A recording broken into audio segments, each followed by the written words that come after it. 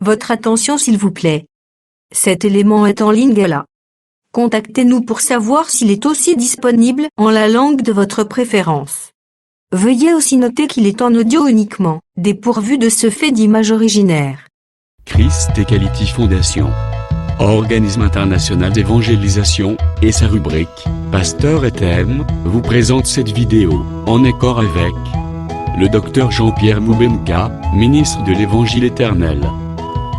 Suivez-le tous les jours sur christequality.com et sur évangile-éternel.com.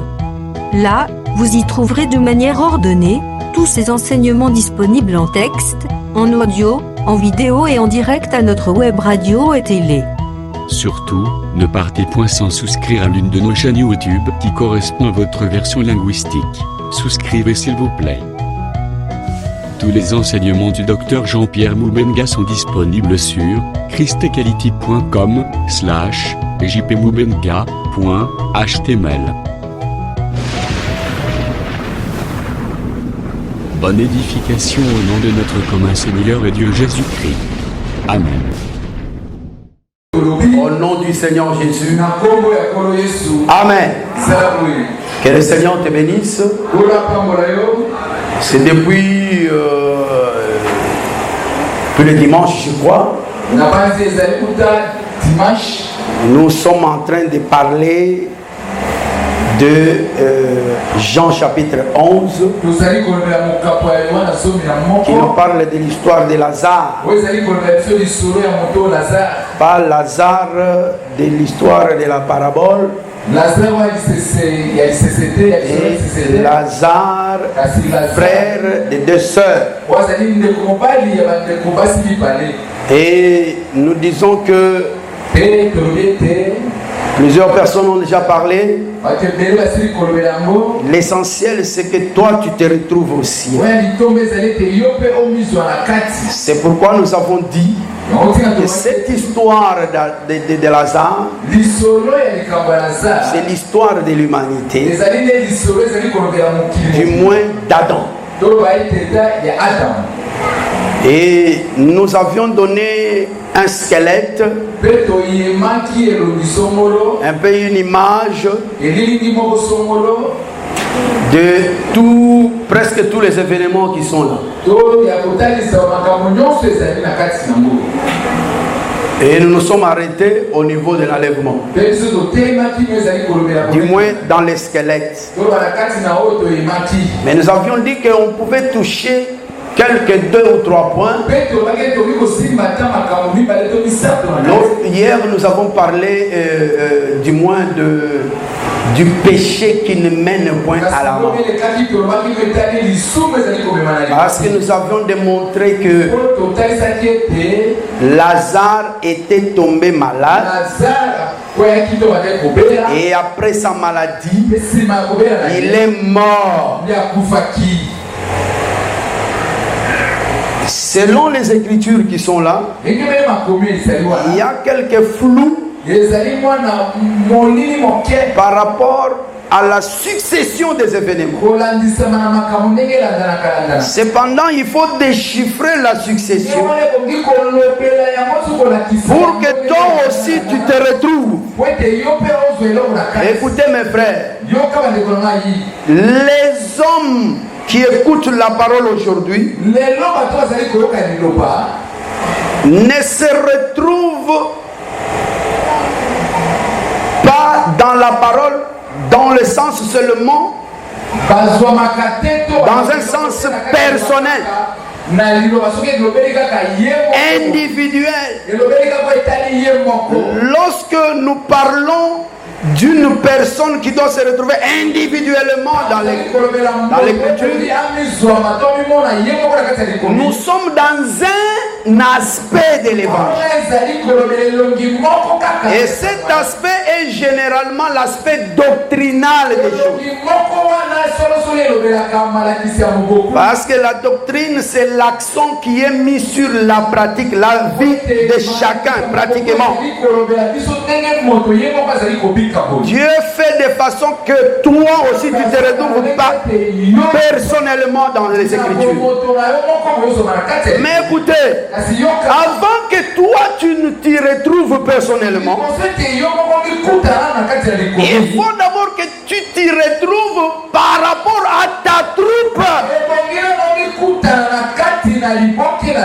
Selon ce que nous enseignons sur les acteurs de la scène prophétique. Toute la Bible, c'est une prophétie. C'est comme une scène que Dieu a organisée. Après avoir organisé sa scène, il a cherché des acteurs qui doivent jouer cette scène. Dans la Bible, il y a des acteurs principaux. Il y a aussi des acteurs subsidiaires. Les acteurs principaux, nous les trouvons par exemple dans Matthieu chapitre 13, où Dieu parle de cet Adam ici, mais dans ses différentes parties. Il parle des différents cœurs où la parole doit tomber. Il a divisé 4 cœurs. Cette écriture-là, qui parle d'un semeur qui est sorti pour semer, vous pouvez l'utiliser pour exhorter. Mais ces écrits ont une interprétation aussi prophétique que des révélations. Dans la prophétie, ces 4 cœurs, ce sont 4 types de personnes. Le premier type de personne, c'est le bord du chemin, que nous appelons les fils de la perdition. Le deuxième type, c'est le terrain rocailleux, du sable avec les pierres à l'intérieur.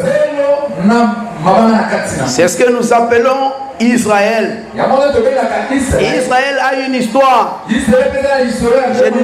ne vais pas m'y atteler. Quand on dit Israël, il y a une petite confusion par rapport à différentes écritures. Mais la petite idée que je peux donner aux mamans, c'est que Israël, c'est ce royaume-là, Israël, ce peuple-là appelé Israël, par rapport au royaume d'Israël, il y a le premier roi physique qui était Saoul, et puis il y a eu David qui l'a succédé. Après David, il y a eu Salomon. Au temps de Salomon, Israël était divisé en 2 parties. Suivez-moi, maman. Ces 2 parties, il y a une partie qui a gardé le nom d'Israël. Une autre partie n'a pas gardé le nom d'Israël. Il a pris le nom du royaume de Juda. Et l'autre partie, il a gardé le sens d'Israël. Alors quand on dit Israël, dans d'autres versets, il s'agit de tout le royaume. Et dans d'autres versets, il s'agit du royaume qu'on appelle du Nord. C'est pourquoi nous disons Israël. Et cet Israël ici, c'est la partie d'Israël qui est tombée dans l'endurcissement. Elle ne fait pas partie de l'église. Mais il y a une portion d'Israël qui a fait partie de l'église. Et la troisième partie, c'est le terrain avec épines. Là, c'est la verge folle. Et la dernière partie, qui est la terre fertile, ça, c'est l'épouse de Jésus. Alors, ces personnes-là sont les principaux acteurs de la scène prophétique. Maintenant, lorsqu'on parle surtout prophétiquement, les acteurs ne peuvent pas être des individus comme ça.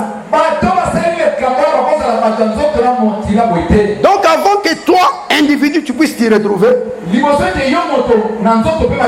faut que tu te retrouves d'abord dans une de ces troupes-là. Après, tu seras là-dedans. Comme nous ici, nous nous appelons Église. Donc nous devons nous retrouver que nous sommes l'Église. Et l'Église regorge deux parties, les vierges folles et les vierges sages. Est-ce que nous sommes ensemble? C'est pourquoi nous disons Lazare, il est tombé malade. Et là, nous sommes dans les jardins d'Éden. Adam n'est pas tombé malade hors Éden. Il est tombé malade en Éden. C'est-à-dire il a péché. Parce que hier nous avons fait la différence entre le péché et la mort. Le péché, plutôt la maladie et la mort. La maladie nous l'avons appelée péché. Et la mort, c'est la conséquence du péché. C'est pourquoi nous avons dit Lazare est tombé malade. Et il y a une question que nous nous sommes posée. Il a fait combien de jours malade? Gloire à Dieu, il y a eu certains frères qui nous ont suivis après. J'allais leur donner 0, mais certains ont eu quand même et ont réussi. Parce qu'ici nous sommes dans l'école de formation. Lazare n'a souffert qu'un seul jour. Il a souffert le même jour et il est mort le même jour.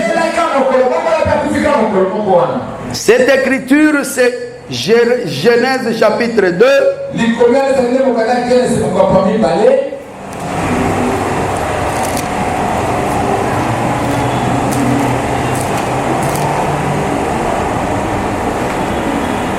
Genèse chapitre 2.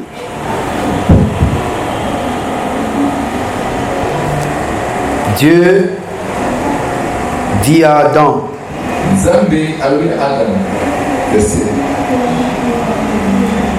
Ah oui, ce verset. Il dit,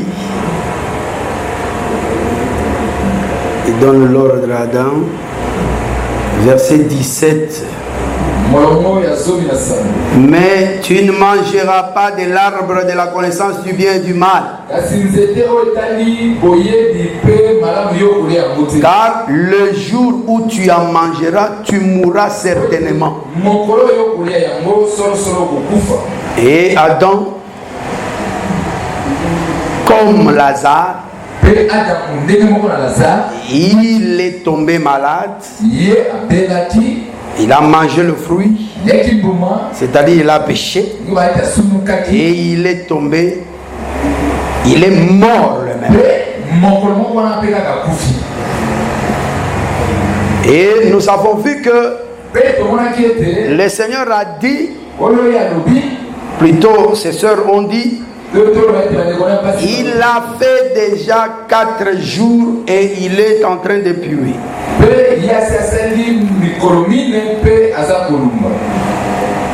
Les 4 jours, Lazare les a fait dans la mort. C'est Lazare ici, c'est Adam. Je vais insister un peu sur le verset que nous avons lu.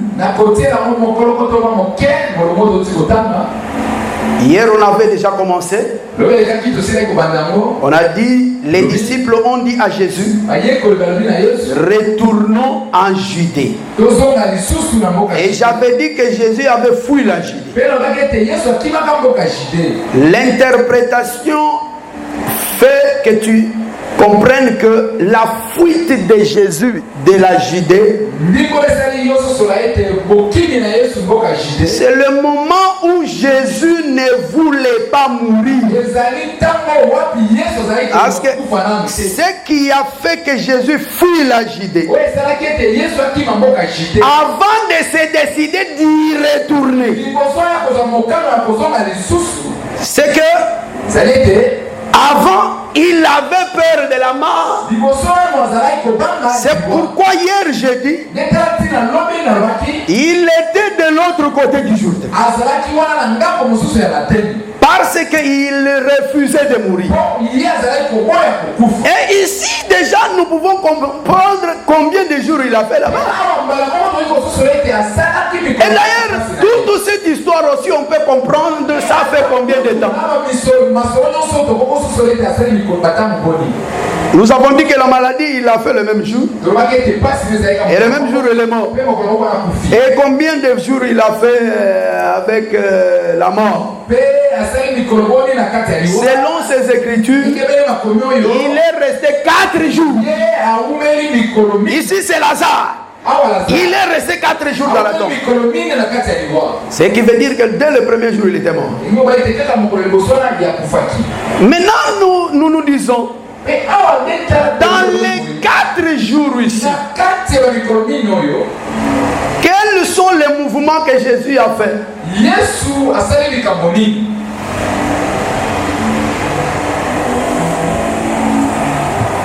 Prenons également cette écriture. Exode chapitre 34.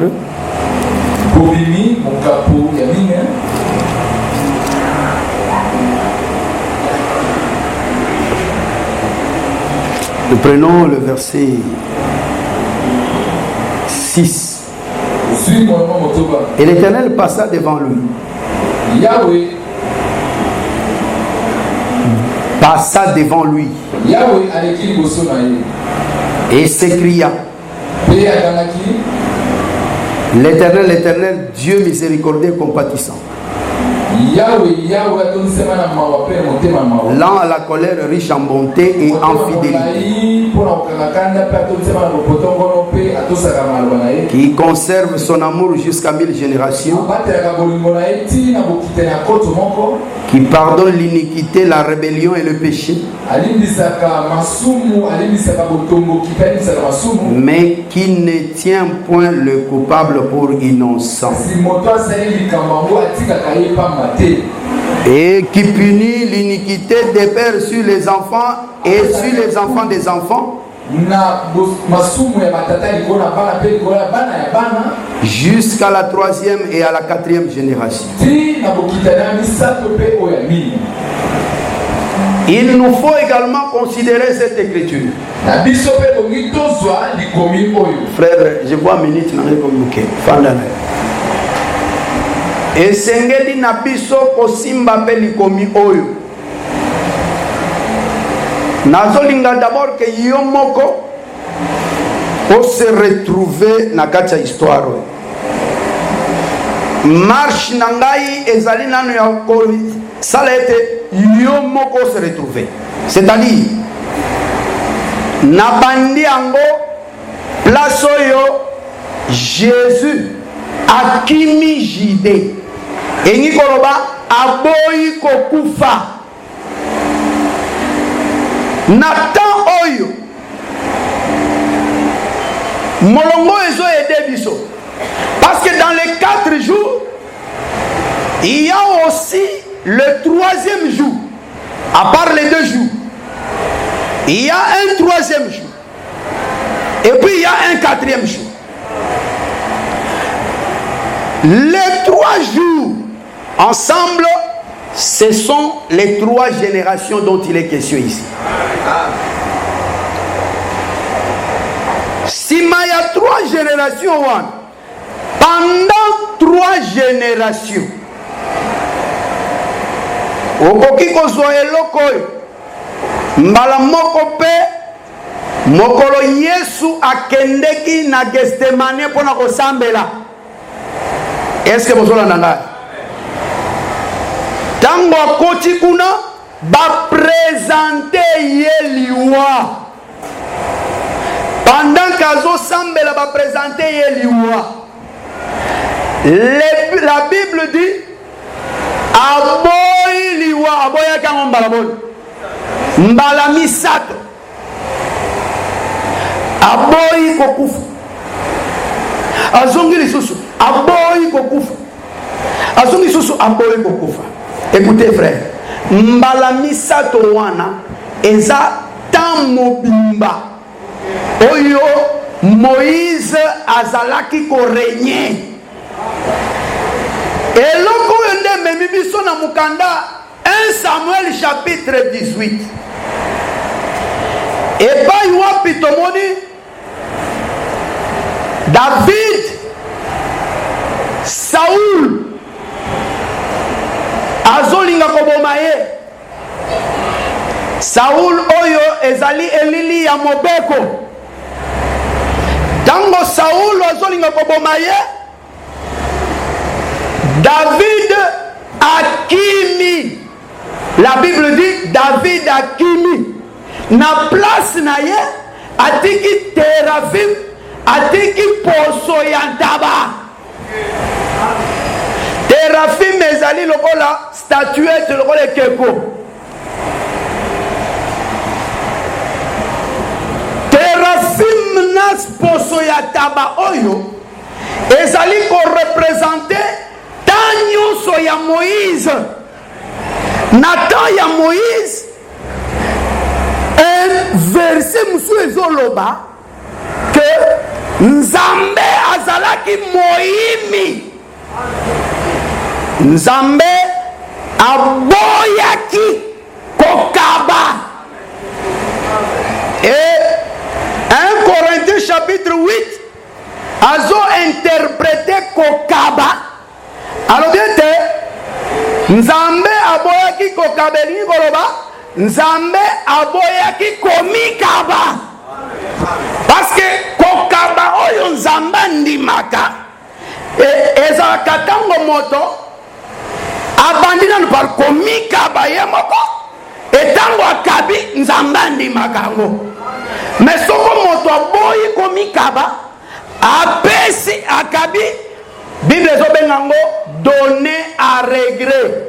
Kopesa na koima ima. Tango pesa kana koima ima, Nzambe atanga kango neti kopesa te. Au nom de Jésus. Imaginez-vous,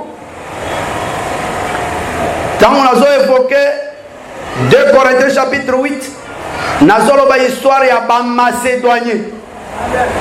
Bato en Macédoine, on va dire pauvre collègue. Mais la Bible révèle que Bami pesa ki nano bango moko epai ya basali na Nzambe. Ce qui veut dire moto yo pa yaka ko pesa, yo yaka ko pesa dim. Soko zo ko pesa dim na yo. Il faut nano banda ko lingana no batei. Eza ya ko se voiler face te. Dime Nzamba pesa kango batei balea. Donc so pesi dim atolo na bude na pesa ete. Soko tiewa ngana olia. Ba pasteur onyoso to olia dimwa. Ce qui veut dire que il faut na no banda par kolinga ba pasteur wan. O mi pesa na bango. Bongo tango ko pesa Nzamba ko compter yango. Autrement Dieu ne va pas compter ça. C'est pourquoi on a dit que tant nyuso oyo Yesu azoboya kozonga na jide ezali ko tali Satan oyo David atiki terafim atiki poso atabana mbeto ya akimi. Donc asalineti afende bato baye boye baye ko simba nde terafima bakanisi David yoa nzoka eza David to. En réalité koloba eza mirage, eza lokola ombre.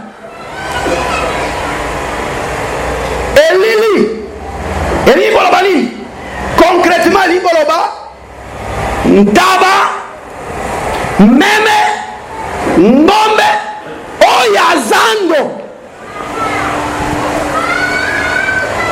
Moïse alobi soko moto asumuki azwa ntaba aboma.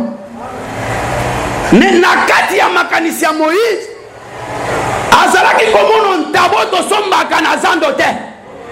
Nazoloba na makanisi na ye azomono ntabo oyo akowuta na eternité.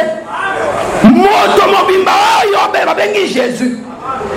Même malobo ezobima bato bazokanisa ke eza ntaba ya kokende kozwa na zando. Tango bazobomango Nzambe azomona ke ce n'est pas suffisant parce que eza David te, eza nde poso ya pamba. C'est de l'ombre, ce n'est pas la réalité. C'est pourquoi Nzambe alobi, tu n'as voulu ni sacrifice, ni holocauste. Et l'écriture précise que il s'agit à service mobimba lévitique wan. Bantaba wana ndenge bazoboma bango. Ba meme wana ndenge bazoboma. Bangombe ezalaki koboma ngombe te, ezalaki koboma taba te, ezalaki koboma meme te, ezalaki ombre. En réalité, il fallait kozela koya ya ngombe, ya meme, ya ntaba. On va bengi Jésus. C'est pourquoi frère, tout le temps, oyo Jésus, azoumela au-delà ya Judée, ezata ya Moïse. Et loko mususu ya makasi natan wana ezali. Nazozo une autre parabole. Nazui parabole, ezali c'est moko Yesu apesaki. Naza siko na Luc chapitre 18. Na Luc 18, Yesu abiboy. Yesu alobi ezalaki na juge moko unique, pas unique, unique. Balobi abanga Nzambe te, azaka negari ya moto te. Juge wana na eza Nzambe ye moko. L'écriture dit notre Dieu est au ciel, il fait ce qu'il veut. Une autre écriture est 1 Corinthiens chapitre 11 verset 3. Et puis si j'ai comment échelonnement yabato. Abi moi si azana mokonzi na ye. Mokonzi ne nani? Mobali. Mobali pe azana mokonzi na ye. Mokonzi ne nani? Christ. Christ pe azala mokonzi na ye. Mokonzi na nani? Nzambe. Bongo Nzambe azala mokonzi na ye. Ye aza negar na motote azala ka oyi alingi.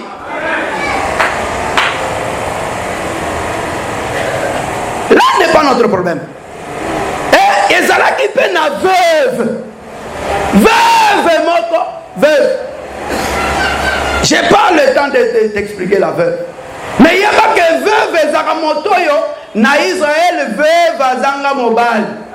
Kozanga mobali eza pour que Nzambe aya ko défendre ye. Parce que Dieu est le défenseur des veuves. Donc azanga mobali et ni bazanga pe appui.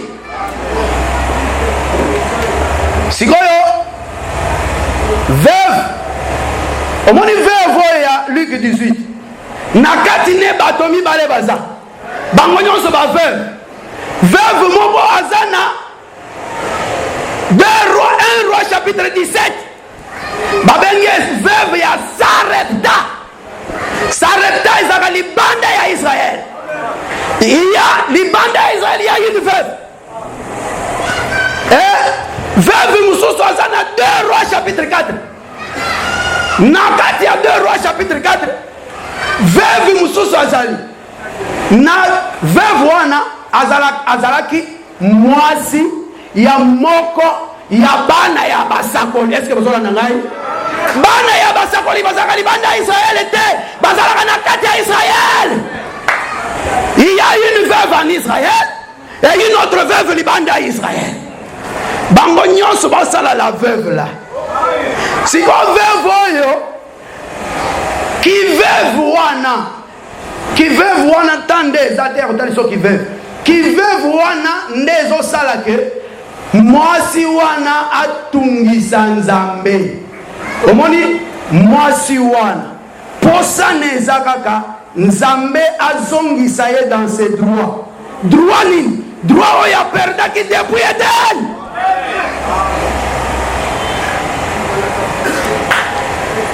Et cette femme, c'est toujours Lazare. Mwasi oyo tango azosambela, asambela,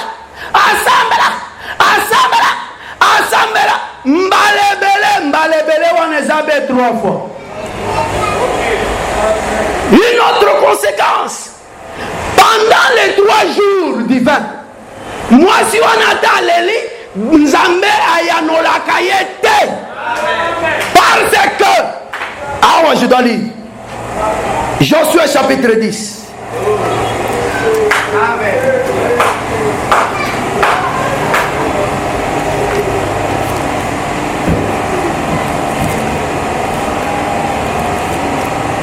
Josué 10 dit ceci.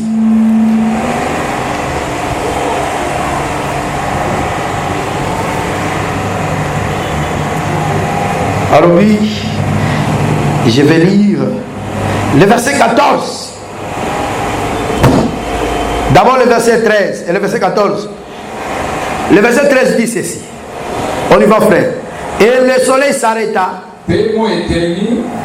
Et la lune suspendit sa course. Jusqu'à ce que la nation ait tiré vengeance de ses ennemis. Cela n'est-il pas écrit dans le livre du juste? Le soleil s'arrêta au milieu du ciel et ne se hâta point de se coucher. Presque tout un jour. Il n'y a point eu de jour comme celui-là, ni avant. Donc ce jour-là, et ça rappelle avant Nango, ni après. Jour on peut après Nango. Où l'Éternel a écouté la voix d'un homme. Car l'Éternel combattait pour Israël. Bande Koyoka. Il faut. Tango makomiwana. C'est là que Jésus a zonga na Judée. Mais je vais t'informer que Jésus a sa zonga déjà na Judée.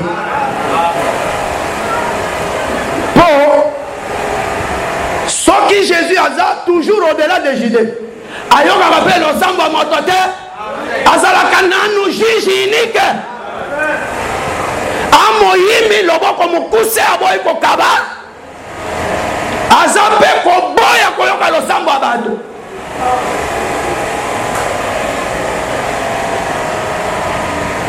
Tous les 3 jours. Et le 4e jour, et à la Torosukawa peut-être. 4e jour, Jésus, c'est le temps où il fallait que Lazare, pendant que Veuve il soit beau.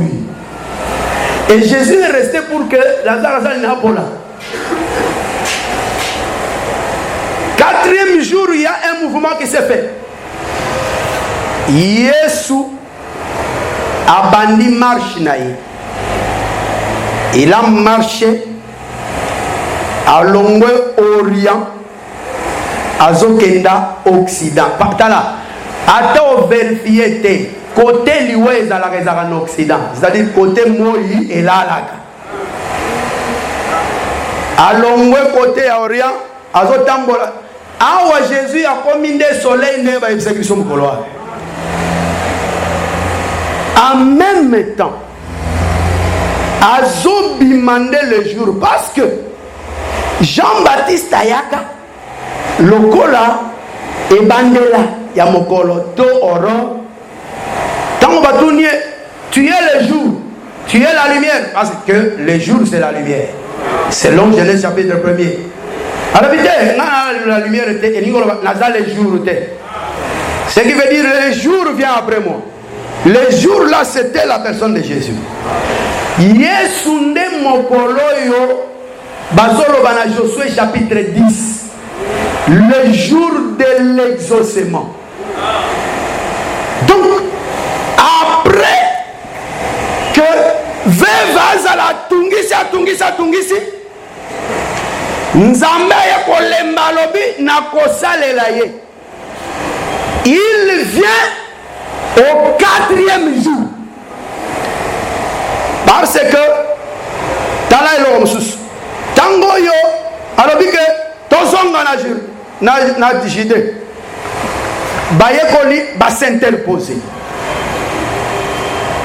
makambo wana eza aussi na Matthieu chapitre 16 tango Yesu azolobela liwa Pierre alobi non ekomela yo te omoni Pierre ndinga azangi boyebi alobi ekomela yo te Jésus alobi arrière de moi Satan. Donc maloba oyo bayekoli bazoloba te tokene na jide te pokuna okimakite bakobeta yo bakokufa okokufa. Jésus avait la conscience que si on a zozonga na Judée pour na kufa. C'est pourquoi il a dit n'y a-t-il pas 12 heures au jour. Na place où on attend pesate azolobela bato mibale. Alobela moto azotambola na mutu na molili. Azotambola azobepe moto azotambola na moi.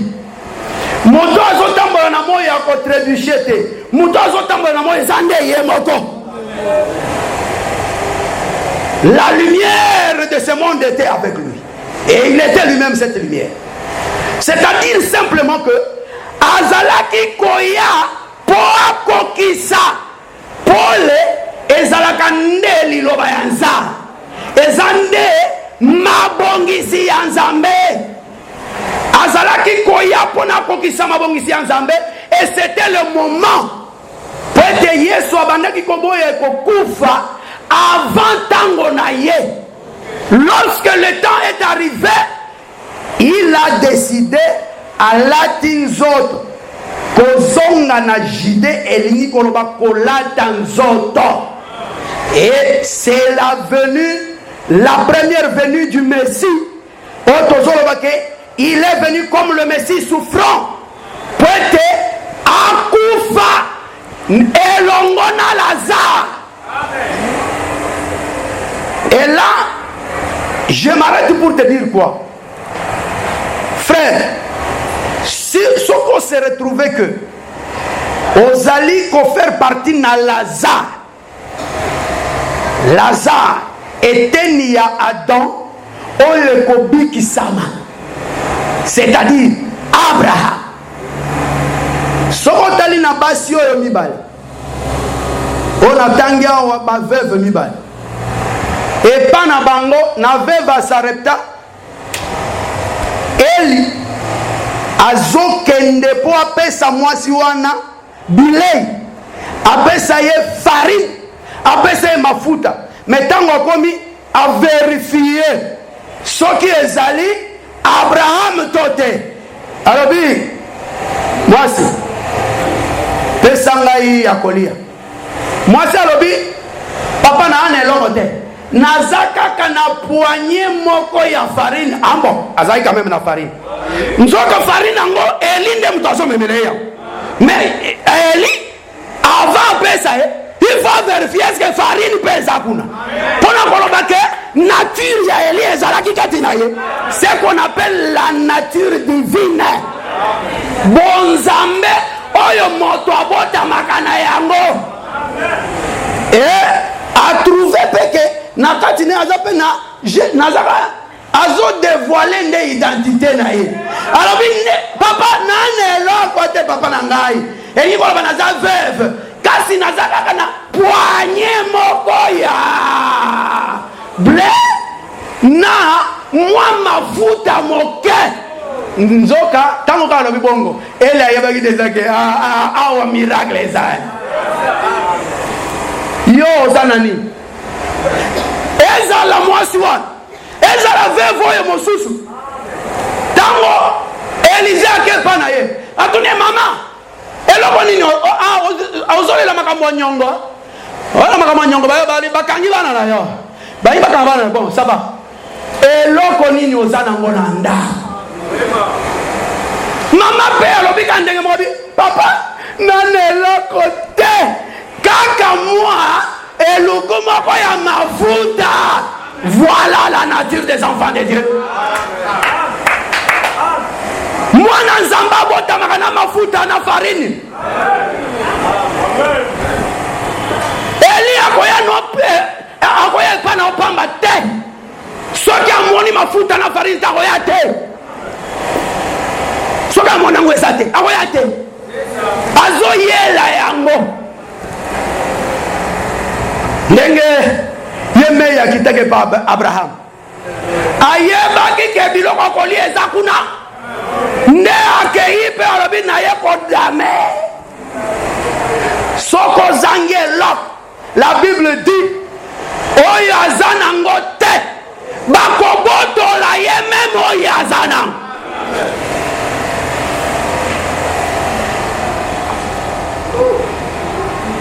C'est pour dire que frère, identifie-toi à cet homme. Yeba que moto ya zalaza eza moto ya zana nature ya bonzambe abotama na yango.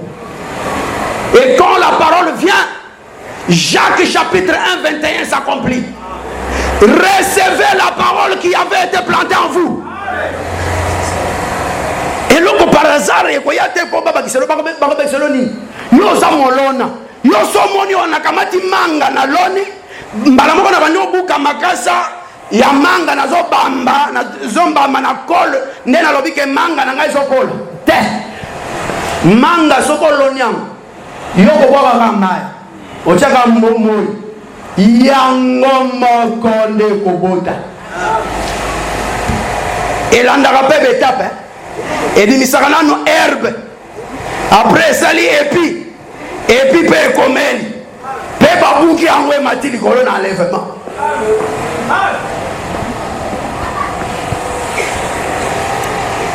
Donc pour la kolobake frère, il faut s'identifier. On se reconnaître que tango balo balite à Lazare balo bande di kambona yo.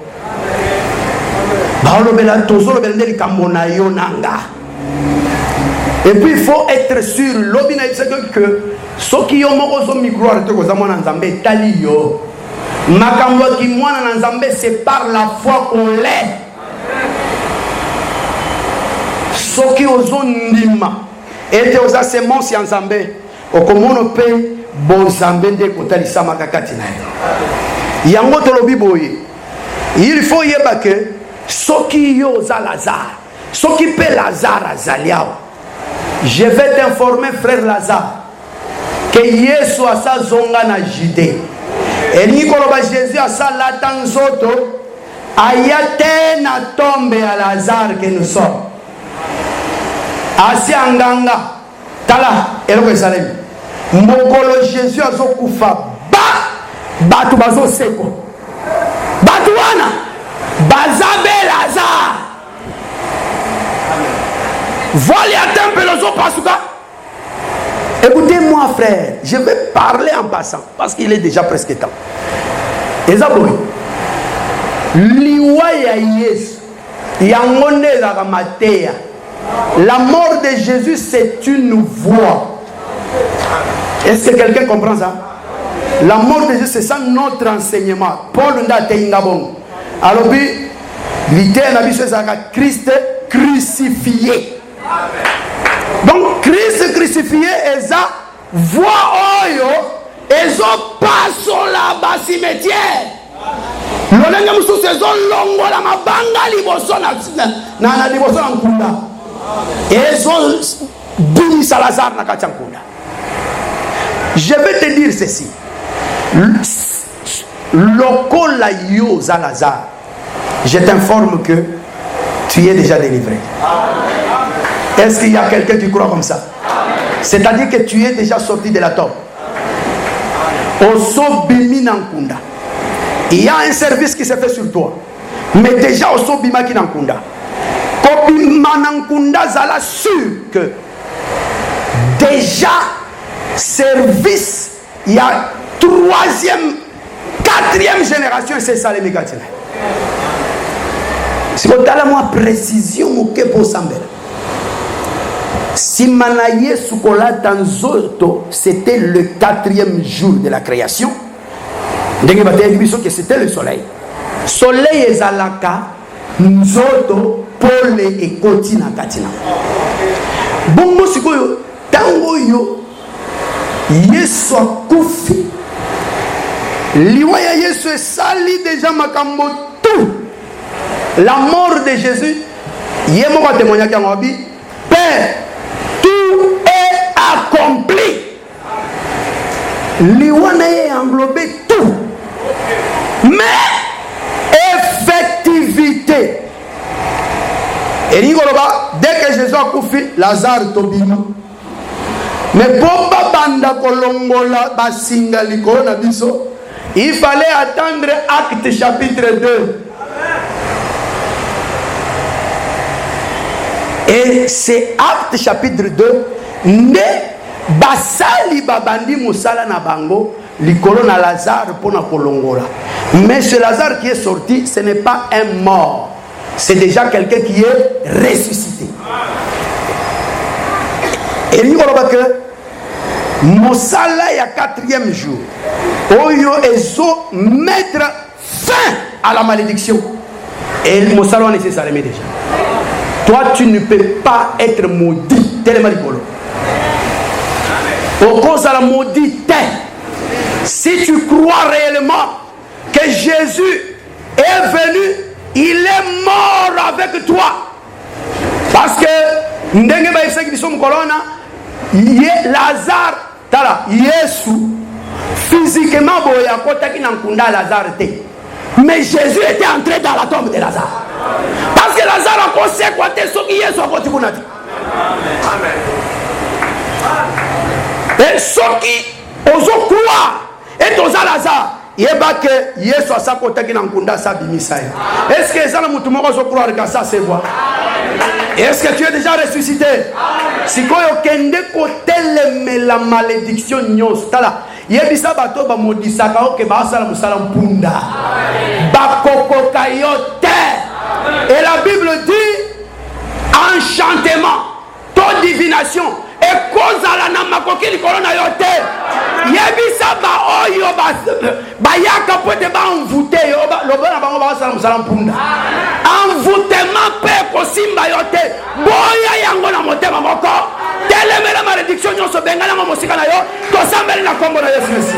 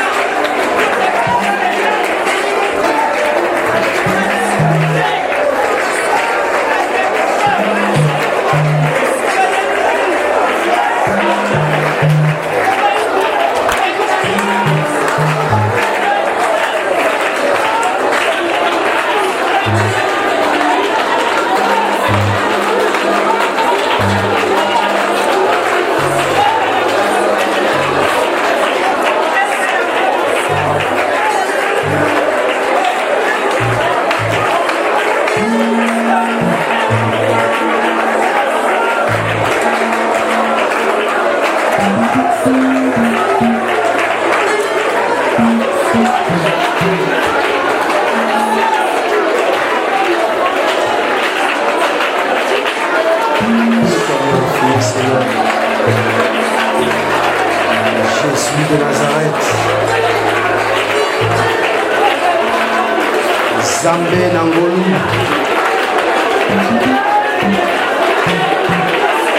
Il nous faut gloire, Seigneur puissant.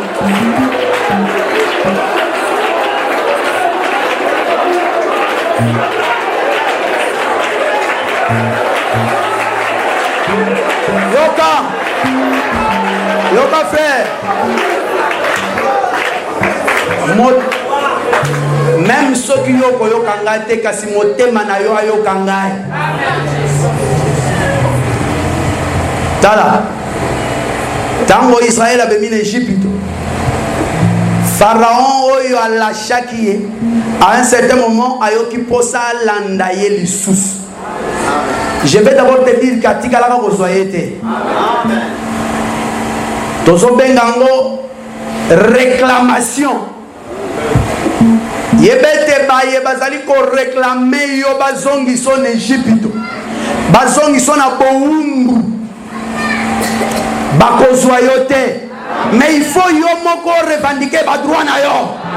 Yo kalisous. Nzambe akotisi libota na esobe na désert. Ezalaki po a humilier yango, po a éprouver yango, afin que libota apprendre que l'homme ne vit pas seulement du pain. Et koloba moto, il faut yeba ke ako dépendre kaka na Nzambe. Yo ka frère, yo koza na moumbu ya moto te. Okoza na moumbu ya libota na yo te. Okoza na moumbu ya nzoto na yo te. Il faut la be moumbu ya Jésus. Mais qui sa telemela ba onyoso balingi ko dominer yo. Telemela pe nzoto na yo to sambeli na kombo na Yesu.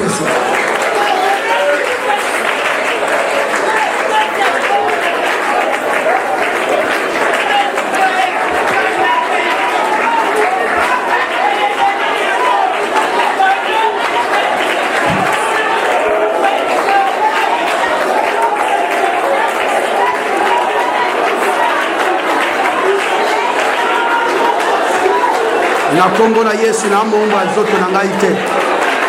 Moto moko te akozonga pe na boumbu. Eza la baboti na ngai, ba famille na ngai, to belle famille na ngai, to ba faux frère, ba fausse sœur. Moto moko te akoki ko kanga na boumbu. Ni par la voie d'une donation, ni par la voie des paroles ou de quoi que ce soit. Je dis niet au nom de Jésus. Yo koti singa ine sobe.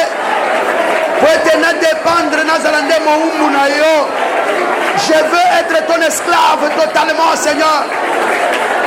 Esprit nangai, âme nangai, corps nangai. Nyonso ezalande ouvrage na yo.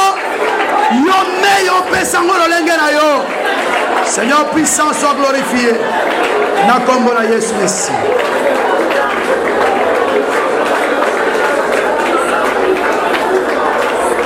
Tosuki boy.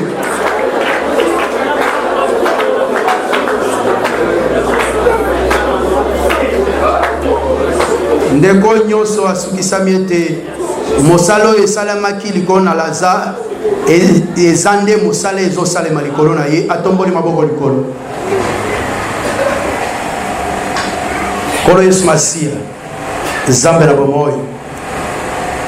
Nous sommes un serviteur inutile. Nous n'avons fait que ce que tu nous as commandé de faire. C'est pourquoi je suis très certifié que quelque chose s'est passé par frère, père, par soeur. La vérité basunga kangote solo yemo kwa telemaka bimaka des écritures akota kakati na bato mbe akokisela ka bango bikamwa na kombo na Yesu Messi. Tikete nzambe na bomoy asalela yo akamwisa bomoy na yo et à répondre favorablement à ta prière au nom de Jésus. Toi, Lazare, tu y es déjà ressuscité. Amen. Et crois que celui qui a commencé cette bonne œuvre en toi la rendra parfaite pour les jours de son avènement. Au nom de Jésus. Seigneur, merci. Parce que celui qui a cru akoloba na mongongo makasi na kombo na Yesu. Amen. Que le Seigneur soit loué.